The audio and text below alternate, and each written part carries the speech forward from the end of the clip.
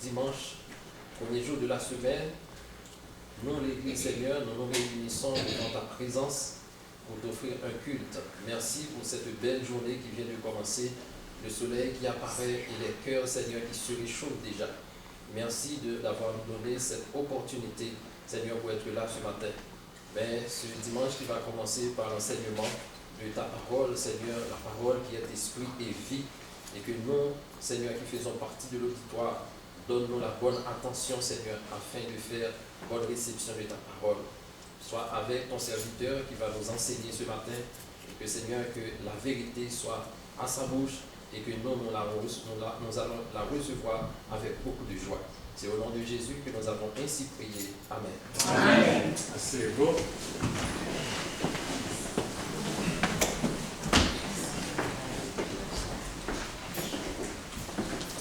Bienvenue à tous.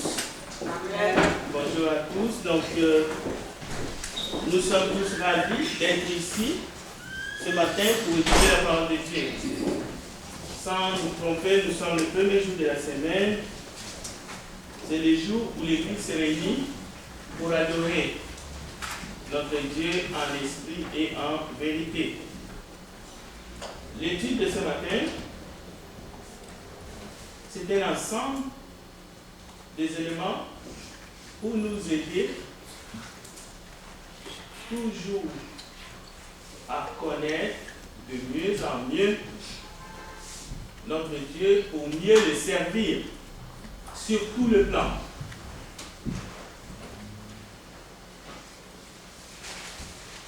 Je crois que la plupart ici connaissent un acteur très renommé dans le monde du cinéma. Aujourd'hui, ce n'est pas comme acteur de cinéma, mais plutôt un autre talent. C'est un motivateur. Et si vous pouvez aller chercher un film qu'il a fait, d'ailleurs il en a fait plusieurs, peut-être dans plusieurs langues, où il dit en anglais Put God first, mais vous allez comprendre que c'est répandu dans notre langage. Il faut mettre Dieu au premier plan. Ce n'est pas quelque chose qui est réservé aux chrétiens. La preuve, c'est que Denzel, il ne s'exprime pas comme chrétien.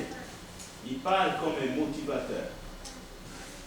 Mais il conseille des étudiants les jours de la graduation en disant « Moi-même, j'ai échoué. Mais lamentablement, même j'ai été chassé de l'école. Mais mettez Dieu en avant, en toutes choses. » Et après, il leur dit « Regardez-moi, j'ai échoué, n'est-ce pas? On m'a chassé de l'école. Mais regardez ce que j'ai réalisé. » Il a réalisé en ayant ses échecs. Mais il n'a jamais baissé le bras. Au fait, c'est ça. C'est pourquoi qu'on l'appelle le motivateur. C'est pour cela. Alors, vous allez comprendre que je ne peux pas me permettre de parler en tant que motivateur ou quelqu'un qui va inspirer comme Denzel. Ou bien, je ne peux pas me permettre de critiquer cet homme qui a réussi tellement dans plusieurs paliers de sa vie. C'est un modèle. Nous sommes quelques millions, mais là où il évolue dans le monde entier, déjà seulement aux États-Unis, 300 millions, et dans le monde entier, tous ceux qui les regardent, si on me compare à lui, je suis vraiment une fourmi. Mais je ne parlerai pas comme un motivateur. Mais je l'ai pris comme exemple, vous allez comprendre pourquoi. Alors, nous allons aller voir qu'est-ce que la Bible dit. Est-ce que la Bible dit qu'il faut mettre Dieu en premier, que chacun de nous doit mettre Dieu en premier dans tout ce que nous faisons? Oui. Oui. Ok. Nous allons aller regarder maintenant les Écritures. C'est de commun accord, c'est ce qu'on attend. Lorsqu'on attend souvent quelque chose, ça devient la vérité. C'est comme ça. Mais on va aller lire, on va aller voir qu'est-ce que la Bible dit, et ensuite nous allons étudier. C'est le but de l'enseignement. Mais nous ne sommes pas là pour dire les uns ont tort, les uns ont raison, mais on veut s'ouvrir à la vérité, et pas n'importe quelle vérité, mais la vérité de la parole de Dieu. Surtout en tant qu'enseignants, nous devons vraiment être nets. La première question qu'on se pose dans cette étude, est-ce que la première place dans ma vie est pour Dieu seul? Tu peux répondre, la première place de ma vie est pour Dieu, mais ce n'est pas pareil. Est-ce que c'est pour Dieu seul? Parce que la première place dans ma vie peut être réservée, conservée pour Dieu, mais pour d'autres. À ce moment-là, Dieu a des rivales. On peut dire même des rivaux. Il y a compétition de temps en temps. Tantôt c'est Dieu, tantôt c'est quelqu'un d'autre, tantôt c'est un mari, tantôt c'est aussi une épouse, ainsi de suite, tantôt c'est les enfants. Tout dépend c'est où sont les intérêts. Quels sont les intérêts qui sont en jeu? C'est pour cela, la première question, est-ce que la première place dans ma vie est pour Dieu seul? Pourquoi cela? Parce que nous allons voir dans notre étude que Dieu est jaloux. Nous allons prêcher plus loin dans la jalousie de Dieu.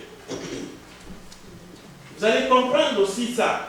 Vous allez comprendre que Dieu ne veut pas partager sa gloire avec qui que ce soit.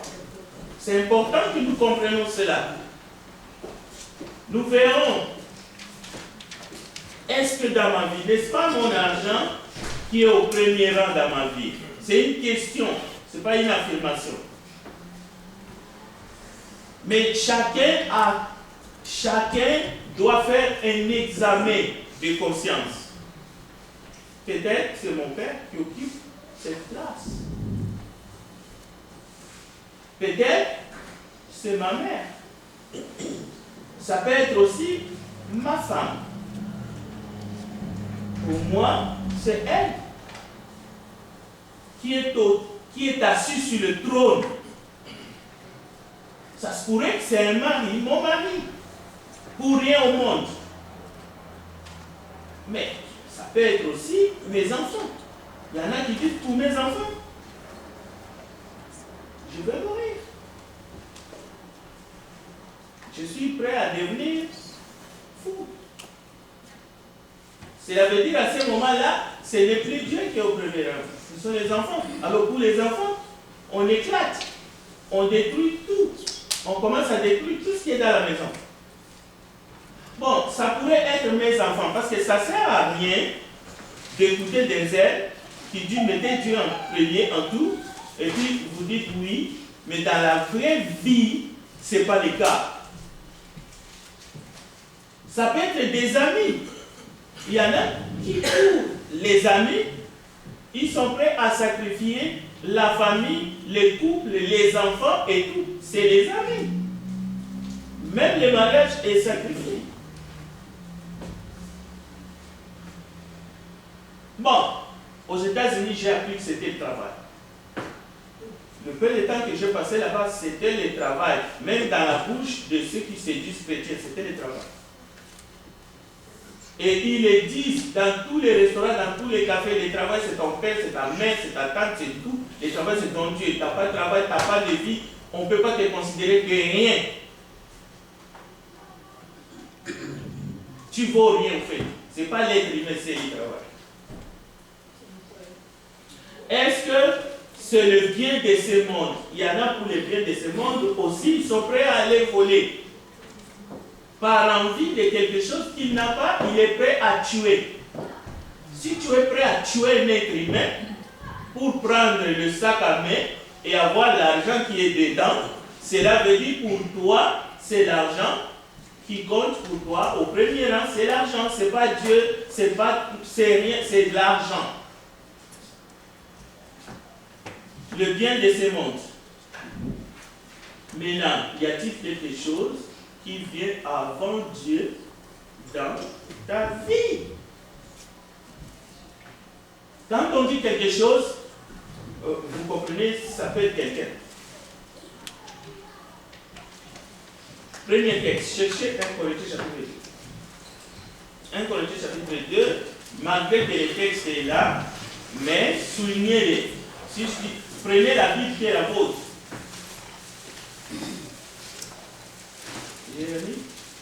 chercher de l'eau pour moi, s'il te plaît. J'ai pris un médicament, ça ne me permet pas vraiment de parler comme d'habitude.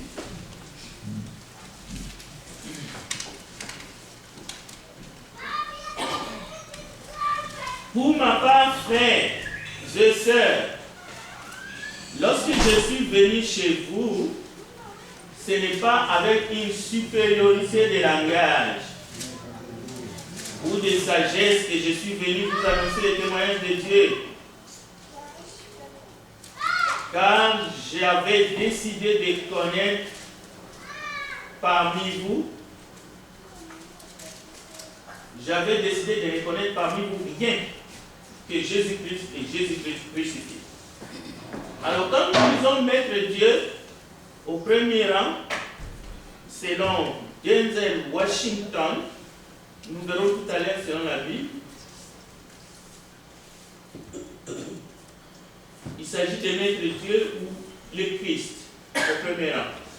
Alors ne soyez pas étonnés si on va parler de Dieu, on va parler de Jésus-Christ, mais n'oubliez pas qu'il y a le Père, il y a le Fils de Dieu et le Saint-Esprit. Donc ne soyez pas troublés à ce niveau. Paul dit aux chrétiens, j'ai été faible, craintif et tout tremblant chez vous. Ma parole et ma prédication ne reposaient pas sur les discours persuasifs de la sagesse humaine, mais sur une démonstration d'esprit et de puissance.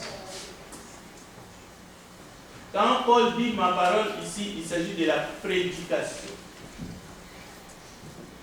Il s'agit des études qu'il a faites.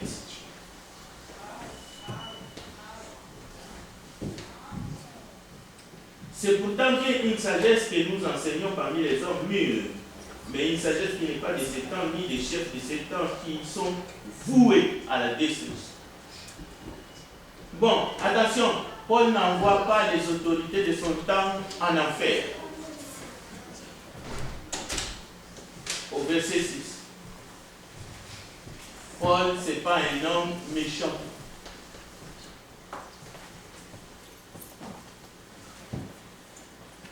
Il dit la vérité parce qu'il est déjà une nouvelle créature en Christ Jésus. S'il a été méchant dans le passé, c'est du passé. Donc, il dit non, nous annonçons la sagesse de Dieu mystérieuse. Écoutez bien. Nous sommes dans le domaine de la parole de Dieu, de la prédication, des études de Dieu, de la proclamation de l'évangile. Il dit, nous annonçons la sagesse de Dieu mystérieuse et cachée, celle que Dieu, avant tous les temps, avait préparée d'avance pour notre gloire. Cette sagesse, écoutez bien, aucun des chefs de ce temps ne l'a connue. Car s'il l'avait connue, il n'aurait pas crucifié le Seigneur de la gloire. Ces chefs dont il est question ici, ce sont des chefs religieux. Ce sont des personnes qui sont versées dans les Écritures, particulièrement dans la loi de Moïse. Ce sont des scribes, ce sont des pharisiens. Ce n'est pas des autodidactes. C'est des spécialistes de la parole de Dieu. Mais il y a une sagesse mystérieuse qui les a échappés. Parce que c'était réservé aux petits, aux simples, aux hommes vulgaires, selon certaines traditions. On peut dire à ceux qui obéissent à Dieu. Un jour, Pierre dit à Jésus, voici, nous avons tout quitté pour te suivre.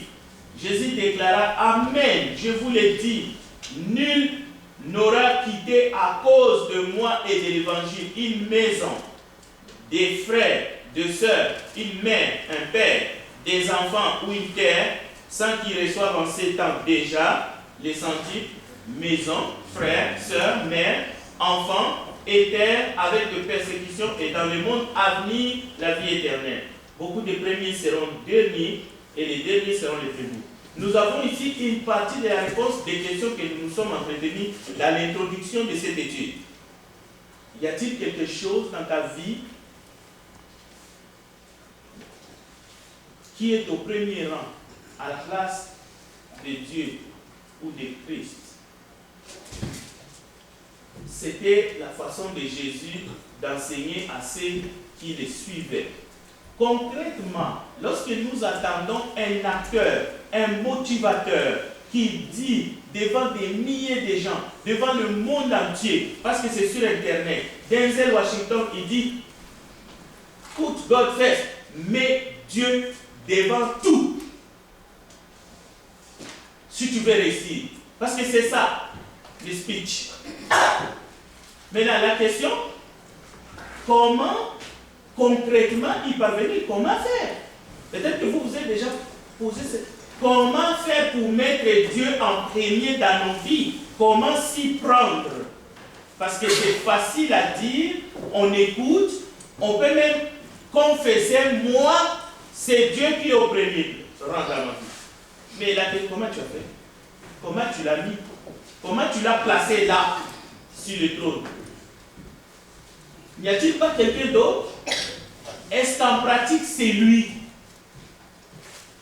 Ça se fait que oui, tu as dit verbalement c'est lui, mais Dieu a tellement de rivales et de rivaux, il y a tellement de compétitions. Peut-on arriver à mettre Dieu en premier? Comment il faut s'y prendre? Je ne nie pas cette affirmation, mais comment faire? Je ne sais pas, je n'ai pas de secret.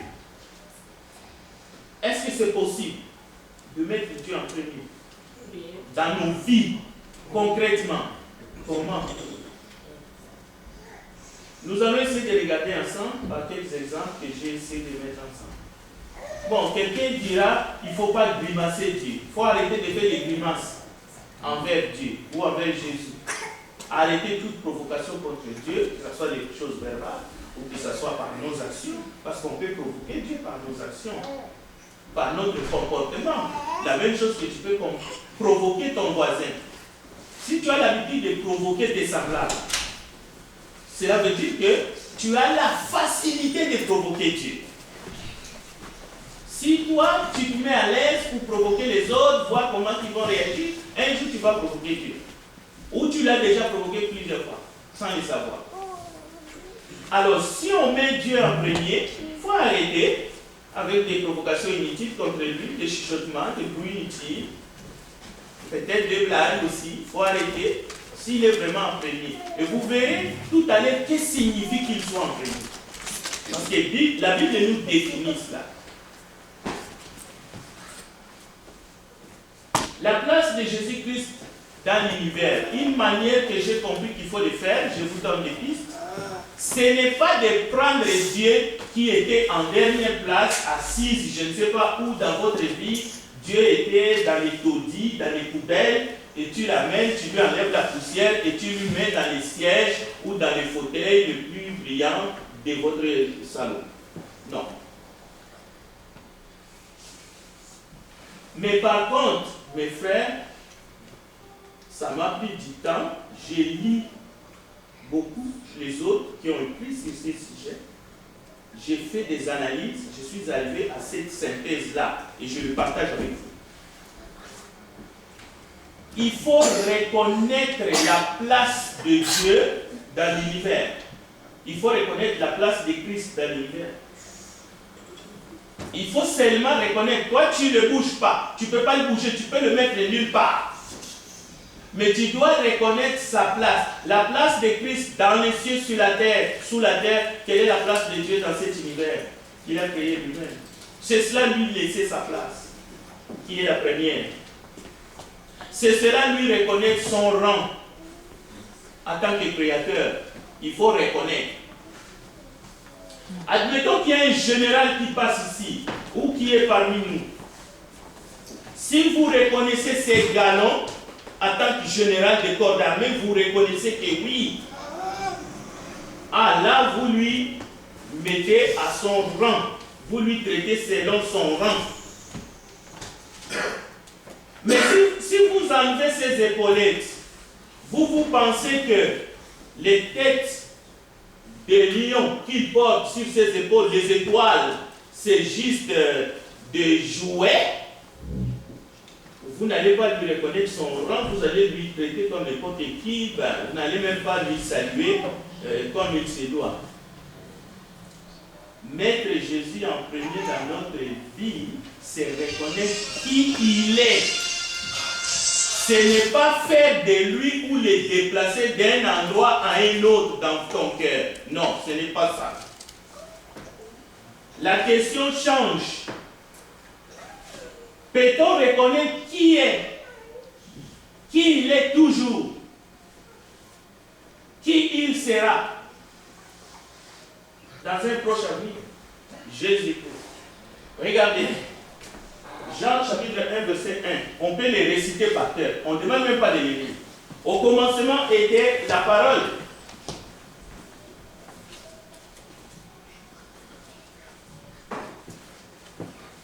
Et la parole était avec Dieu, et la parole était Dieu. Cela veut dire en premier, il était Dieu. Il est Dieu, lui. En première place, Jacques nous donne une parabole que nous verrons, c'est la parabole du festin, des invités. Il cherche la première place dans le festin. Jacques conseille, il dit, attention, attention, fais gaffe. Ne cherche pas les premières places dans les festins. Quelqu'un de plus important va venir, on va vous dire, lève-toi, laisse la place à un autre. Donc, j'ai compris finalement, mes frères, notez ces textes qui s'affichent, Colossiens chapitre 1, verset 16, 2 Corinthiens 15, 27, Colossiens 2, 10. Le problème, c'est l'orgueil de l'être humain que nous sommes. Le problème, c'est que l'homme mauvais ne se pose pas de questions. Quand on dit l'homme mauvais, c'est l'homme méchant. Cela veut dire, la plupart d'entre nous, nous avons choisi les sièges les plus beaux, les plus jolis. Nous sommes assis nous-mêmes sur le trône.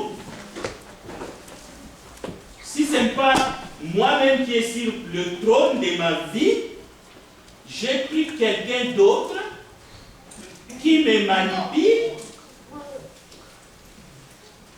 Je l'ai mis sur cette place-là, mais qui est la place divine, qui est la place de Dieu seul.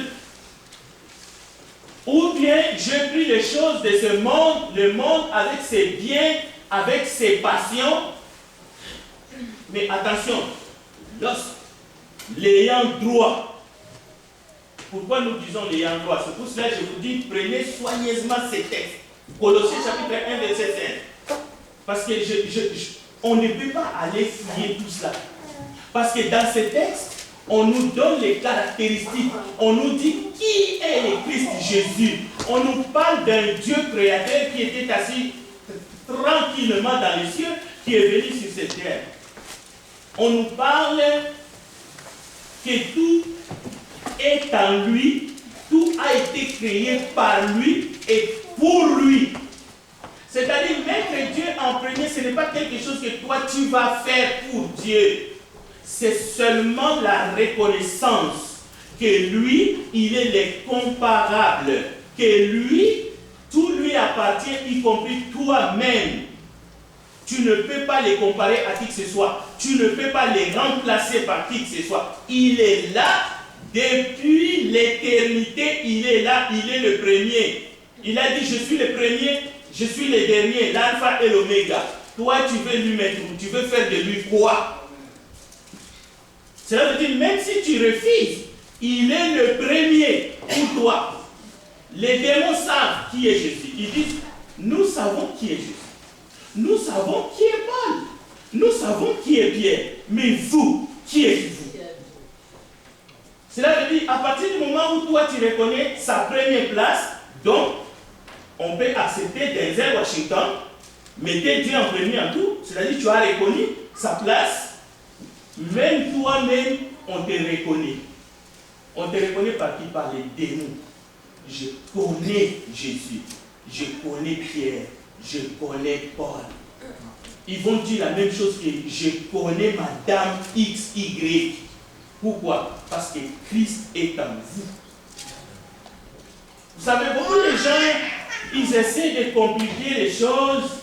Oui, dans ton école, mettez Dieu en premier. Dans ton école, dans ton trafic, dans ta commerce, dans ta famille, mettez Dieu en premier. Mais est-ce que tu as reconnu d'abord la place de Christ? Est-ce que tu sais qui il est? Tu sais réellement qui? Si tu sais qui il est, tu arrêtes des grimaces. En tout cas, pas avec lui. Tu arrêtes des grimaces. Pas avec lui. Parce que s'il y a des grimaces, si tu t'assois dans une place qui n'est pas la tienne, on va te déloger. Tu es un usurpateur. Tôt ou tard, tu seras délogé. Tu vas tourner avant. Si tu mets quelqu'un d'autre à ses sièges, même si c'est l'être bien-aimé, elle sera délogée. Même par l'ange de la mort. Parce que l'ange de la mort vient du ciel. Ça ne vient pas de Satan. L'esprit de la mort est diabolique. Mais l'ange de la mort, c'est celui qui vient. C'est Dieu qui l'envoie. C'est lui qui a parcouru l'Égypte. Il n'est pas mort, cet ange-là. Il est toujours vivant. Et il agit.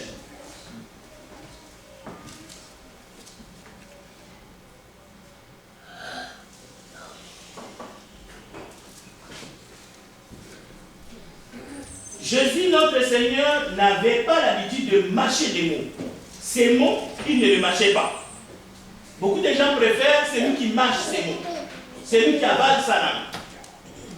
Mais lui, Jésus, dans Luc 14, verset 7 à 11, je vous donne, c'est justement cette parabole des conviés. Lorsque tu es invité, tu as été invité, même dans ce monde, sur le trône, qui est assis sur le trône? Tu fais la volonté de qui au fait? Tu es soumis à qui? D'abord à lui? Oui, c'est que... Écoutez, Jésus dit, lorsque tu seras invité par quelqu'un à des noces, ne te mets pas à la première place, de peur qu'il n'y ait parmi les invités une personne plus considérable que toi.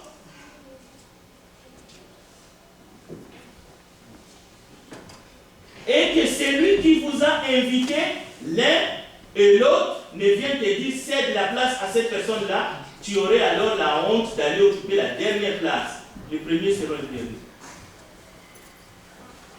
Mais lorsque tu seras invité, va te mettre à la dernière place, afin que quand celui qui t'a invité viendra et te dise, mon ami, monte plus haut, alors cela te fera honneur devant tous ceux qui seront à table avec toi. Car quiconque s'élève sera abaissé, et quiconque s'abaisse sera élevé. Nous parlons ici de nous et de Christ et de Dieu. Mettre Dieu en première place. Mais en réalité, ce n'est pas mettre Dieu en première place. C'est reconnaître la place de Dieu.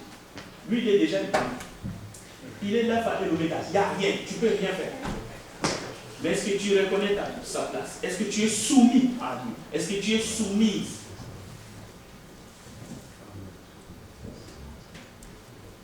Qui peut déplacer Dieu pour lui dire, viens ici, occupe la première place? Non. Il n'a pas besoin de nous. Dieu a déjà donné à Jésus toute la gloire dans les cieux, sur la terre. Maintenant, il y a des gens qui protestent. Il y a des gens qui luttent. Ils ne veulent pas céder cette place. Ils ont mis des choses. C'est comme quelqu'un qui a rempli sa maison avec des choses. Il n'y a pas de place pour le Seigneur. Il y a une chanson ici, il n'y a pas de place pour lui. Alors, on tourne en rond, on motive. Écoutez, nous ne sommes pas des motivateurs, nous sommes des prédicateurs de l'évangile. Nous proclamons les oracles de Dieu, ça s'arrête là. On ne va pas pousser. Vous venez vous pousser, vous cherchez, vous obligez. Non, ce n'est pas notre rôle. C'est à vous de dire, j'accepte, Dieu est au premier rang, je l'adore, je suis soumis, je me soumets à lui, les jours qui reviendra. Et même avant qu'il revienne, même maintenant, même dans cette vie, il peut dire, je t'élève. Avance ici, approche-toi près de moi. Occupe cette place d'honneur. Mais tous ceux qui font les petits jeux, les petits combats, les jeux de cache-cache, ça ne marche pas. Ça marche pas. Bien. Quelqu'un qui s'appelle Gauthier a écrit, il faut s'oublier soi-même afin que Dieu soit mis en premier et moi en arrière-plan. Voilà. Il a raison. Est-ce que vous êtes en arrière-plan?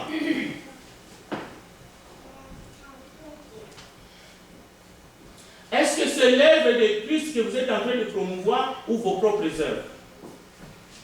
Nous savons l'œuvre de Christ. C'est l'œuvre de Golgotha. Reconnaître que Jésus est tout en tous. Tout abandonner et le suivre. Est-ce que c'est cela notre option? Est-ce que nous avons choisi cette option-là?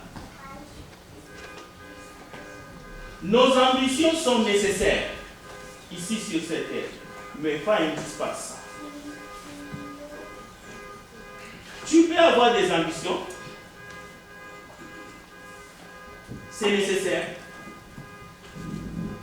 Lorsque Jésus arrive au bord du lac de Génézareth, il dit à Pierre, donne-moi ta barque. Jésus commence à utiliser la barque de Pierre pour prêcher la foule. Après avoir prêché la foule, c'est là qu'il va dire à Pierre, jette les filets. Et lorsque Pierre, avant même de jeter, il dit, Seigneur, nous avons travaillé toute la nuit, nous n'avons rien capturé. Mais sur ta parole, je vais jeter. Il s'abandonne. La prise.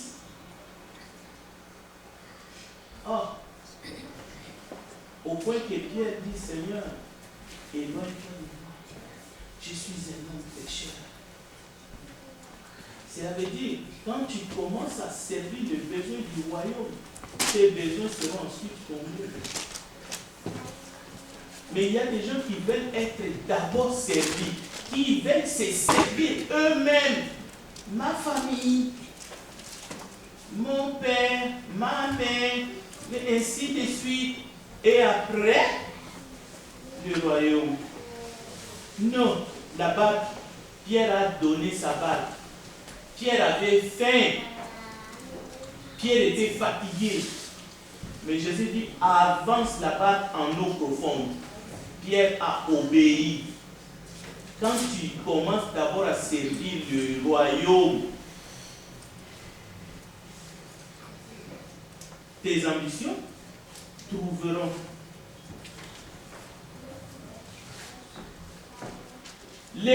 La pensée de Dieu, la priorité de Dieu n'est pas de nous préparer un bon poulet.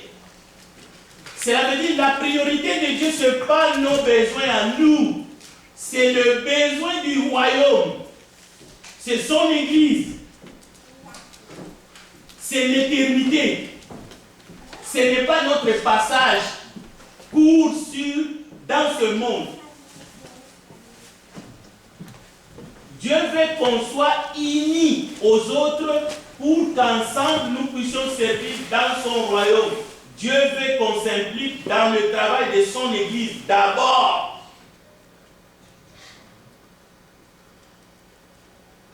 Quand on sert premièrement le royaume, alors Dieu pourvoira à tes besoins. Mais regarde, Denzel, il va motiver les gens. Si tu veux réussir ton diplôme, ok, put God first. Oh, put God first. Toujours, ça tourne tout autour de nos ambitions et de nos besoins. Qu'est-ce que ça signifie mettre Dieu en nous? Cela veut dire utiliser Dieu comme une clé qui ouvre toutes les portes pour que nous puissions réussir, entre guillemets, dans ce monde. C'est ça. Ça, c'est s'en servir de Dieu. Il y en a qui ont quitté l'église. J'ai été blessé dans l'église. Mais, attendez. Tu es capable de pardonner. Tu cries haut et fort, il ne faut pas rendre le mal par le mal. Mais toi, tu as été blessé par l'église, tu peux être une nouvelle doctrine. Je peux adorer seul dans ma maison, devant mon ordinateur, je n'ai pas besoin d'aller en assemblée. Être chrétien ne signifie pas aller mercredi, vendredi en assemblée. Est-ce que vous comprenez ce que signifie mettre Dieu en premier? C'est reconnaître son autorité, c'est reconnaître son pouvoir créatrice, c'est reconnaître ses droits à lui. Ça s'arrête là. Mais si nous sommes chrétiens, parce que l'Église c'est le corps du Christ, nous devons nous supporter les uns les autres, parce que c'est dans le corps que les bénédictions coulent. Là où deux ou trois sont réunis, Dieu n'a jamais dit qu'il va te bénir en solitaire. Tu peux commencer à te remettre en question, peut-être que ça ne vient pas de Dieu. Surtout si tu prônes une vie où tu veux te retrancher seul. C'est-à-dire la vie du corps t'importe peu. Commence, la flamme baisse. Être ici ou ne pas être ici, ça te dit absolument rien. Parce que tu es incapable de supporter les autres. C'est-à-dire que tu es incapable de pardonner si tu as été blessé véritablement. Mais tu veux que Dieu te pardonne. C'est une exigence que de travailler ensemble comme chrétiens.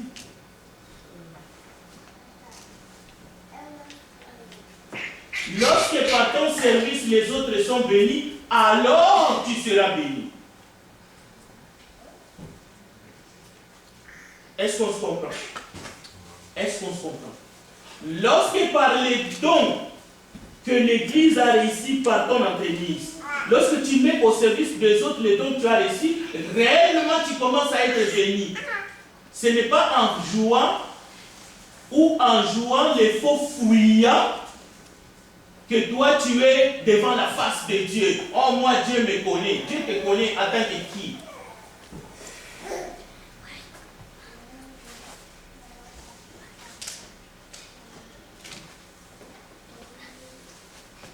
Mes frères, mes sœurs, les anges et les démons connaissent le pouvoir et l'autorité de Dieu dans cet univers.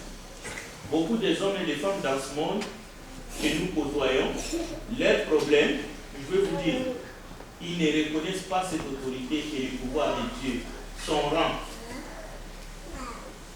Ils ne veulent pas. Il y en a qui s'autoproclament même athées. Cela veut dire je ne crois à rien. Toi, tu penses que venir adorer Dieu, tu es en train de faire plaisir à quelqu'un d'autre? Si c'est né à Dieu, ton Père créateur, c'est lui qui t'a fait. C'est lui qui a fait que tu es.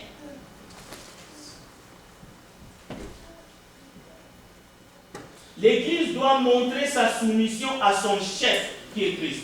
La même chose, celui qui se dit chrétien doit aussi montrer sa soumission à Christ qui est le chef.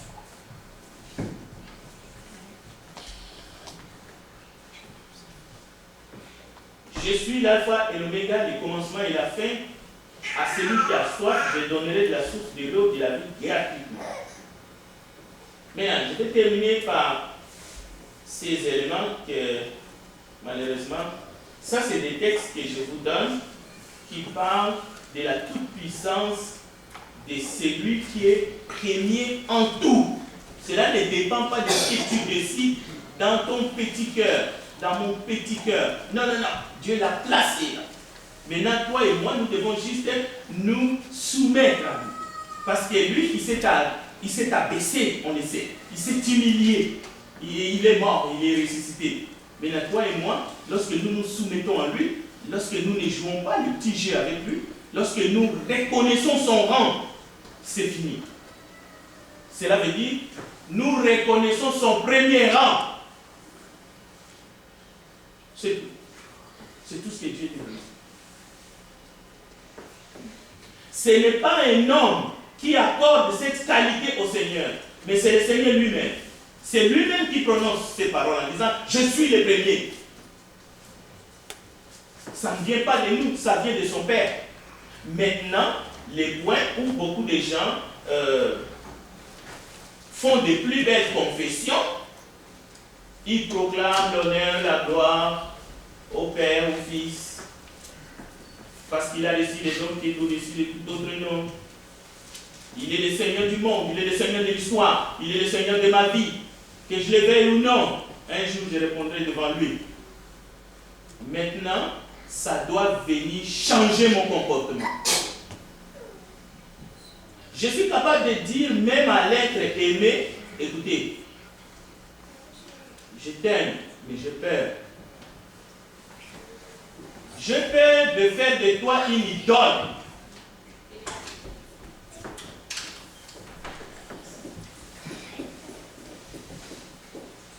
Jésus dit, je suis tout ce dont vous avez besoin. Nous sommes pleinement satisfaits en lui. Si vous avez Jésus-Christ, vous n'avez besoin de rien d'autre.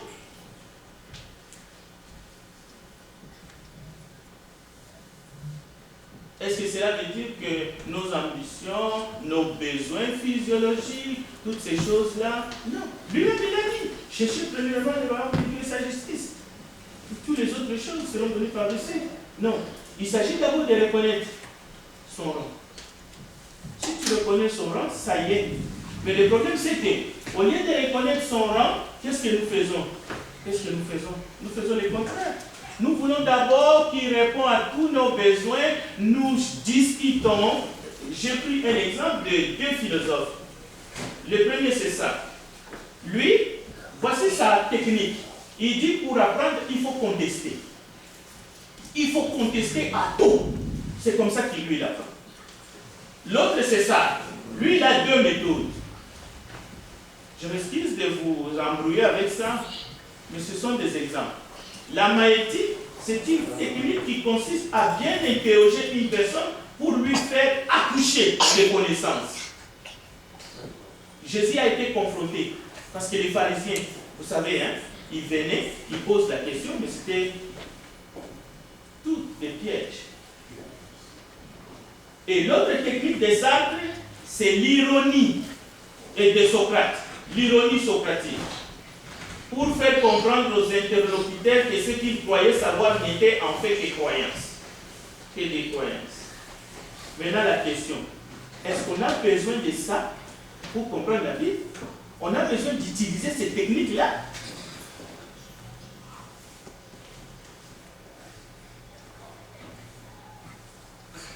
Tu as besoin de contester pour comprendre la parole de Dieu. Alors que la Bible dit les contestateurs, ils n'ont pas de place. Je vous ai préparé des textes là-dessus. Hein. Peut-on se passer de l'ironie socratique? Et toutes ces techniques, oui, il faut se passer de ça.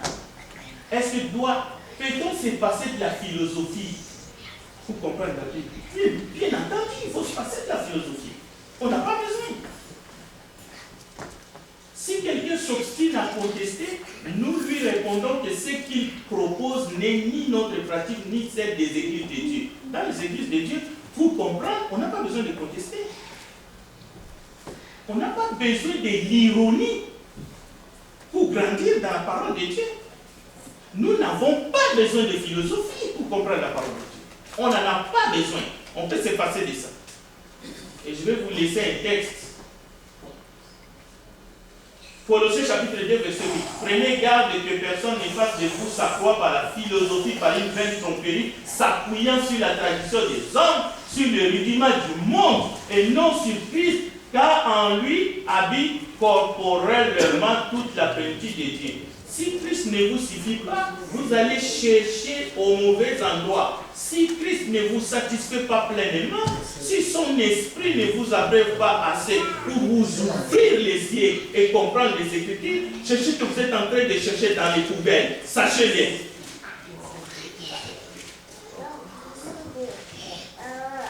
Mettez Dieu en premier, s'il vous plaît.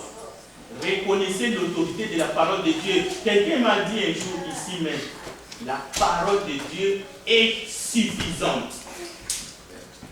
Elle avait raison. Il avait raison. Êtes-vous pleinement satisfait en Jésus-Christ, oui ou non?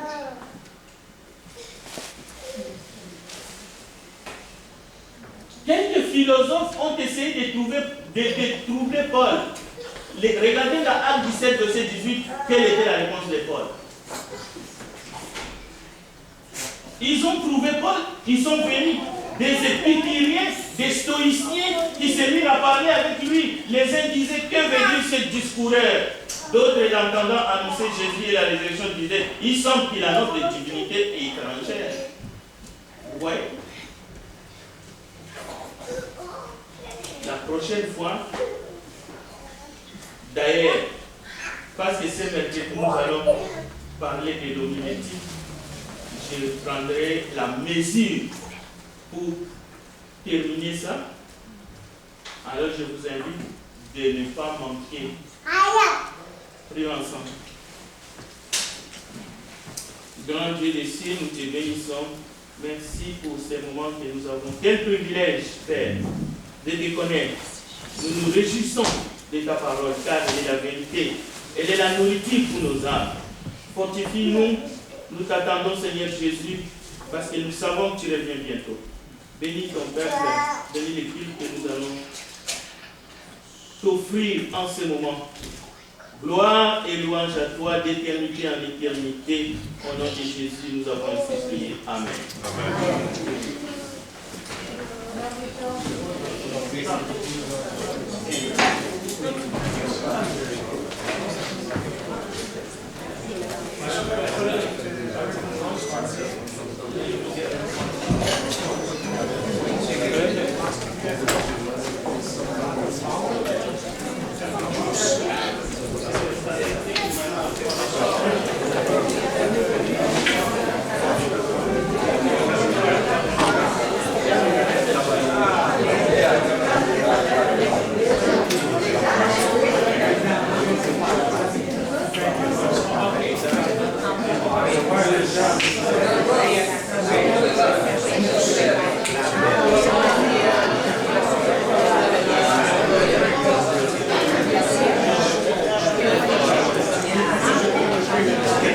So